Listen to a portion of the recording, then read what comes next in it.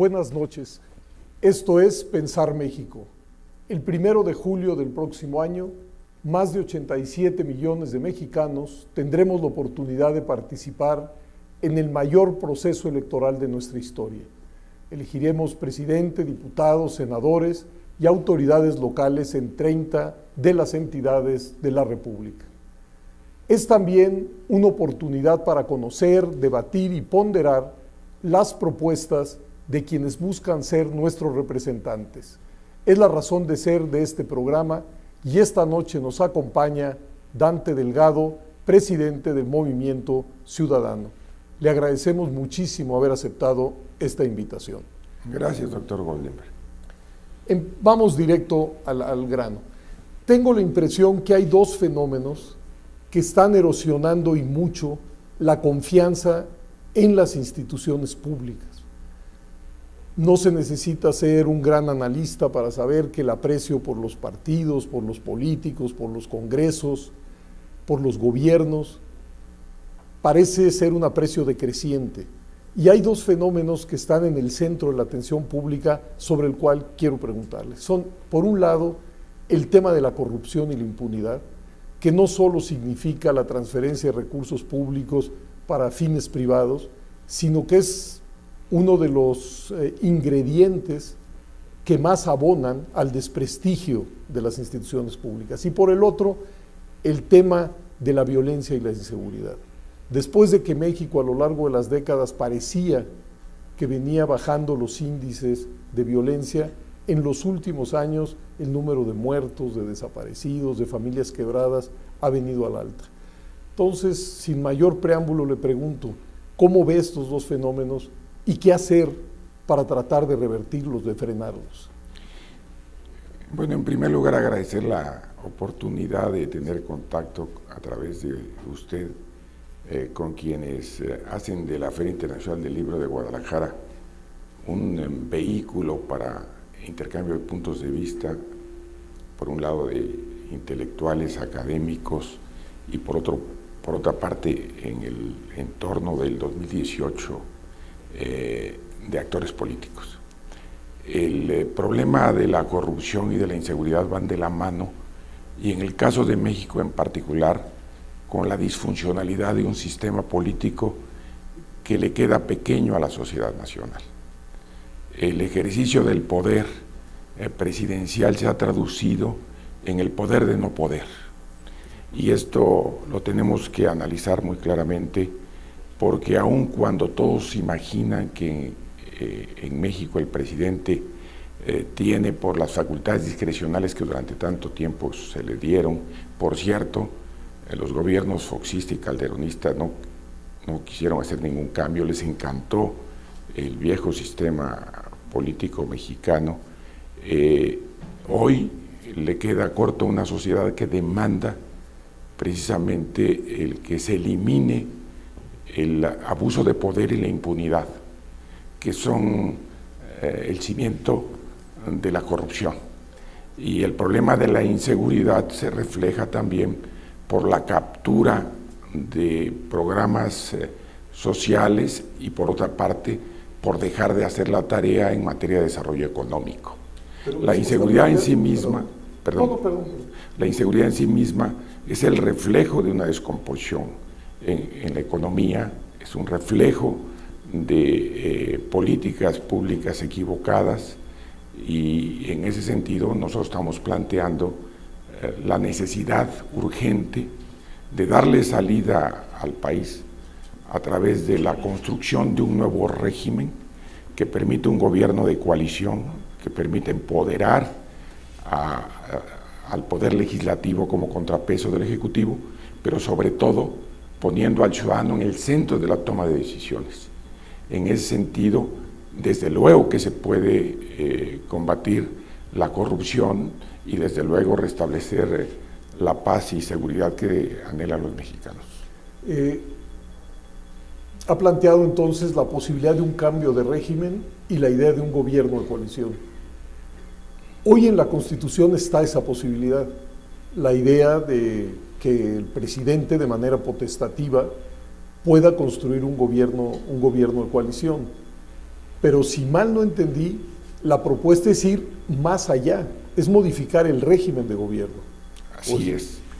Incluso, como usted lo dice, es una facultad potestativa que no la ha ejercido el actual presidente de la República, y que en el caso de los documentos que hemos venido elaborando en el Frente Ciudadano por México y que ha recibido el aval en los órganos de decisión de 3 partidos, el Partido de la Revolución Democrática, el Partido de Acción Nacional y Movimiento Ciudadano, se han convertido en documentos que son ya, y aquí lo traigo, se lo quiero entregar, la plataforma electoral, los apuntes para el programa de gobierno, en el que se refleja claramente el hecho de que hay un consenso de las fuerzas políticas por darle sentido y dirección a un cambio en la construcción de un nuevo régimen que debe estar soportado también en la perspectiva nuestra en una amplia consulta popular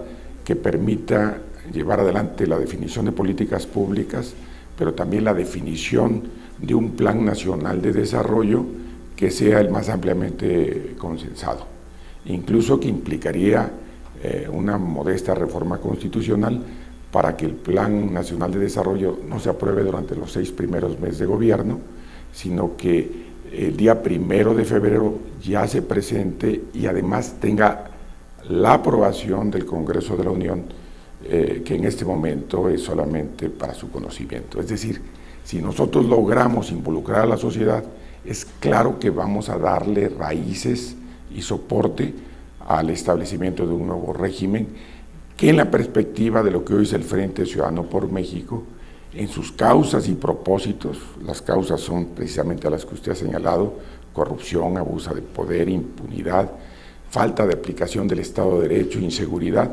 entre otras muchas, implica su formación del 5 de septiembre de 2017 al 31 de diciembre de 2024. ¿Qué significa esto? Que en un lapso autorizado ya por el Consejo General del Instituto Nacional Electoral, podríamos tener eventos que son, por cierto, efímeros, como son las coaliciones, que nos permitirían en 2018, en unos cuantos meses, conformar una coalición electoral que permitiría ratificarla en las elecciones de 2021 y llevar adelante la consolidación del cambio de régimen en la elección presidencial de 2024. ¿Están pensando, digamos, en un régimen de carácter parlamentario, en un régimen semipresidencial? El cambio de régimen implica no forzosamente cambiar el presidencialismo que se tiene. O sea, en el formato de régimen presidencial serían los cambios. En el formato de régimen presidencial serían los cambios, porque necesitamos que en el Congreso haya la voz crítica, pero al propio tiempo el compromiso de construir un gobierno de coalición. Estamos planteando que los secretarios de Estado sean ratificados por el Congreso y no como actualmente lo establece la Constitución, nombrados y removidos libremente por el presidente de la República. Doctor Goldenberg, no se trata de que los secretarios lleguen a aprender. Ha llegado el momento de que en la Secretaría de Agricultura se encuentren los veterinarios, los agrónomos, los expertos en desarrollo rural, que en la Secretaría de Comunicaciones y Transportes estén los ingenieros civiles, los expertos en construir carreteras, pero también estén los ingenieros en electrónica. La innovación tecnológica debe ser un puntal, y nada mejor para llevarla adelante que con gente que tenga acreditado en los diferentes sectores productivos historias de éxito y no historias de aprendizaje. Vamos a poner un punto y seguido, porque el tiempo corre, pero quiero poner otra pregunta sobre la mesa que seguramente me responderá después del corte. Otro de las fuentes del malestar que existe en México es lo que yo llamo una tara histórica de la convivencia en nuestro país, y que es las profundas desigualdades que marcan nuestras relaciones sociales. Esto no es un asunto de las últimas décadas, es un tema que está presente incluso antes de que México fuera México, pero que sigue tensionando mucho las relaciones sociales, no solamente las relaciones políticas. y creo que una campaña electoral puede ser un buen momento para reflexionar sobre qué hacer para temperar esas desigualdades, cómo construir eso que la CEPAL llama cohesión social, precisamente pues para que el aprecio en los instrumentos y actores de la democracia pues no continúe deteriorándose. Pero como le decía, espero su respuesta después del corte.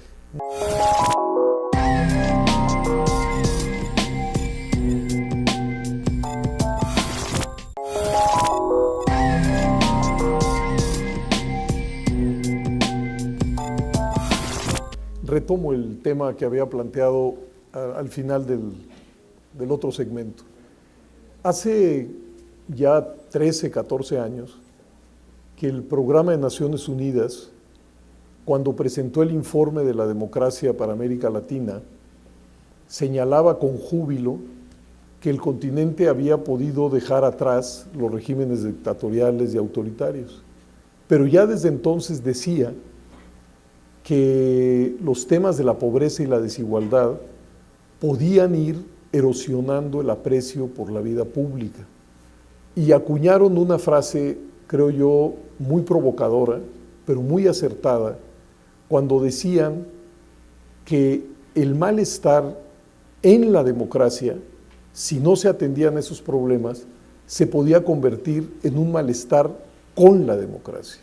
Y eso, pues sin duda alguna, creo que nos preocupa a muchos. Es desde ese mirador que le pregunto, ¿qué hacer para temperar las desigualdades? ¿Qué hacer para que los millones de mexicanos que viven en la pobreza pues puedan arribar a una vida digna? Bueno, en primer lugar debemos de orientar la problemática del país en una dirección menos complaciente. En México se ha pensado que apoyar los temas de desigualdad se dan con cambios de nombres en los programas. Este es un país en donde cada sexenio le cambian de nombre a los programas que hacen lo mismo. Este es un país en donde las autoridades se imaginan cada 6 años que van a resolver el problema. No se tiene un proyecto de mediano y largo aliento. Usted ha visto cómo cambian programas en su nombre cada 6 años, como que eso fuera a resolver el problema que se traduce en el abandono de parte del Estado, en la reactivación económica. Está abandonada la banca de desarrollo. Hoy los pobres que requieren atención médica y no se les ofrece, tienen que recurrir a casas de empeño que cobran, por cierto, 150% de interés anual y que son prendarios, se deshacen de sus pequeños joyas, anillos, collares. ¿Por qué sucede todo eso? Porque hay un Estado omiso, un gobierno que prefiere declarar que se hacen las cosas a realizarlas. Y esto no puede ni debe seguir así.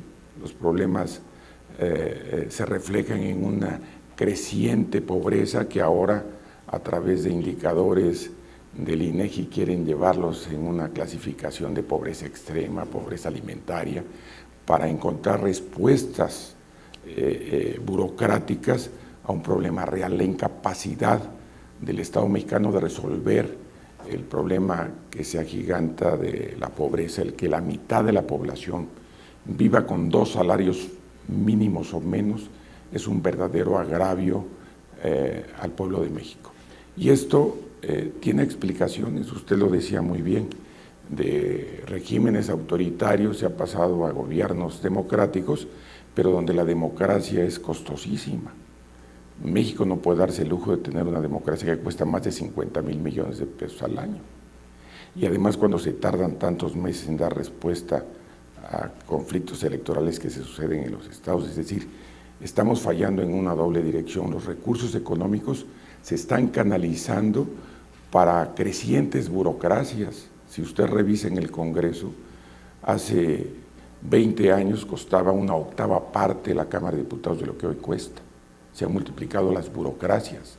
Hoy, para guardar equilibrios en la vida democrática se han creado organismos autónomos que crecen y crecen en su tamaño y dimensión y no se obtienen respuestas a esas necesidades y consecuentemente se sigue abandonando los programas de inclusión social que permitan la igualdad, que permitan oportunidades con salario de vida digna para la clase trabajadora, con posibilidades de incorporación plena a los jóvenes, a la actividad productiva.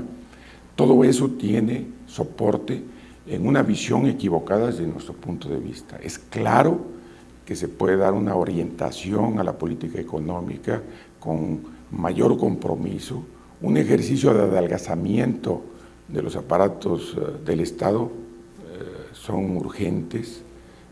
Cuando la vida democrática del país exigía que hubiera autoridades independientes, por cierto, reconocemos el esfuerzo que se realizó en el Instituto Federal Electoral cuando hubo los consejeros ciudadanos más independientes.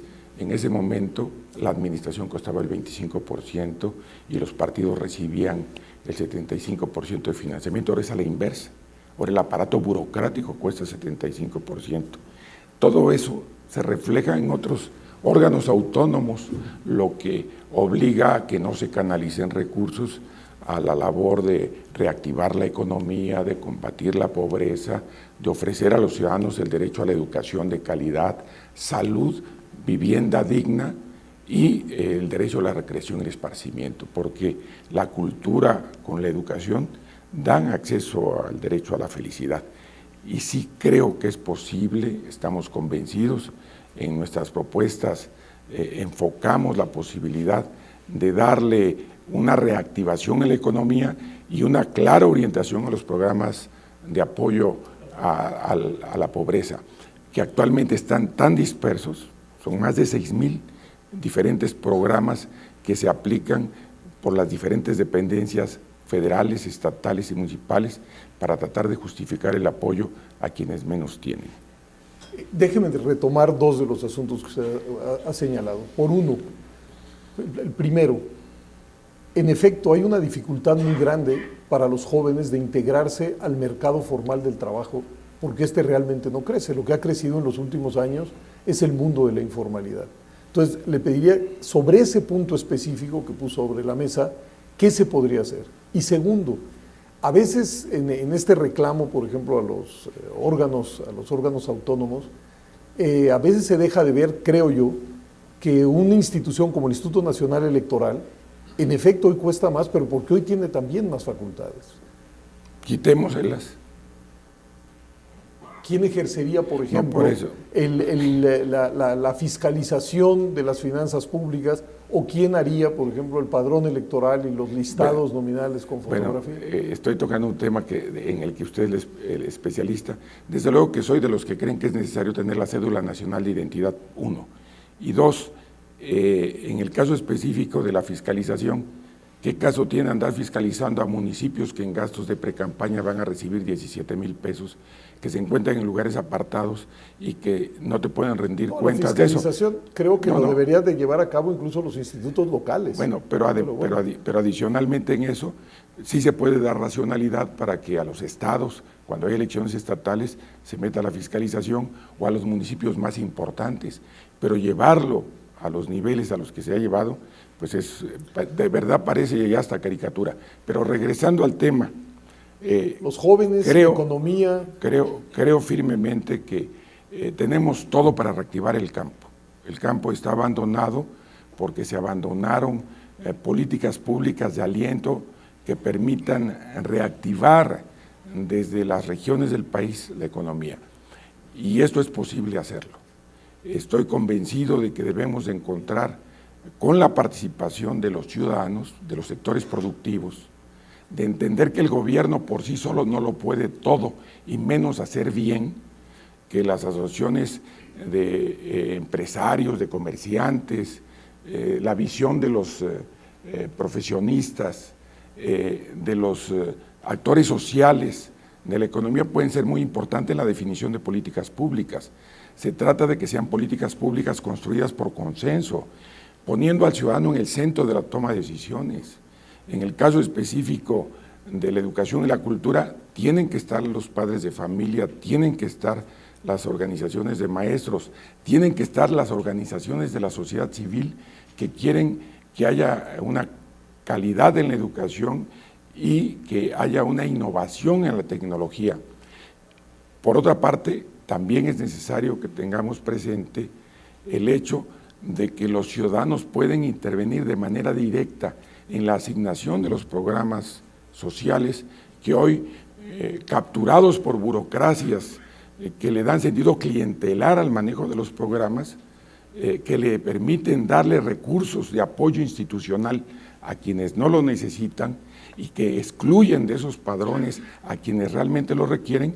Si ustedes lo ven con un análisis crítico desde la perspectiva del análisis intelectual y académico, podemos entender que los ciudadanos pueden definir en las comunidades quiénes son los pobres entre los pobres, para ellos otorgarles los respaldos institucionales, situación que en este momento no se da plenamente. Déjeme hacerle una provocación así abierta. ¿No se ha apoderado del lenguaje de la política un abuso de la idea del ciudadano? Es decir, al final de cuentas, los ciudadanos somos todos, y lo hay de todos tipos, buenos, malos, productivos, improductivos, de derecha, de izquierda, que se alinean con el partido A, con el partido B, encuadrados en sindicatos o en organizaciones agrarias, que leen un periódico o el otro. Es decir, estamos a veces en el lenguaje, incluso me incluyo, yo también he cometido a veces esos abusos, hablando de un universo muy grande, diferenciado y masivo, como si fuera un bloque monolítico. ¿No le parece? No, pero la diferencia es sustantiva. Un ciudadano que está en el poder a un ciudadano que no tiene el poder. Lo que necesitamos hacer es que el ciudadano que tenga el poder no aplique políticas públicas discrecionales que muchas veces se dan sin tener contacto ni relación con los grupos de interés de la propia sociedad. Y por otra parte, de lo que se trata es de que los ciudadanos no nada más voten y den confianzas permanentes, sino que participen. Y en ese sentido me da mucho gusto poner el ejemplo de Movimiento Ciudadano en Jalisco, donde los ciudadanos no nada más votan para poner a las autoridades, sino a la mitad del periodo pueden darles ratificación o revocación de mandato. Y a mí me da mucho gusto que en el caso de Jalisco, las 24 autoridades que se sometieron a revocación de mandato hayan sido ratificadas por ejercicios de prácticas de buen gobierno, y esto se ha dado precisamente porque los ciudadanos están tomando un rol muy importante. Bueno, sin duda alguna los ciudadanos son, digamos, el sujeto de la democracia, o por lo menos eso dice en los libros de texto. Nada más que la Constitución solamente a los ciudadanos les da el derecho de votar, y nosotros lo que queremos es que aparte de votar puedan revocar el mandato, pero además puedan intervenir en la definición de políticas públicas e intervenir en el caso de los problemas de pobreza extrema en la asignación de los programas sociales que nosotros estamos advirtiendo como una de las grandes lacras que vulneran la credibilidad en las instituciones que manejan por la captura de esos programas con fines políticos y electorales el problema de la pobreza en el país. Bueno, como suele suceder en estos casos, el tiempo es el que nos acaba derrotando a todos. Yo quiero agradecerle a Dante Delgado el haber estado el día de hoy con nosotros y decirle al auditorio que habrá otros programas y ojalá nos acompañe. Muchas gracias.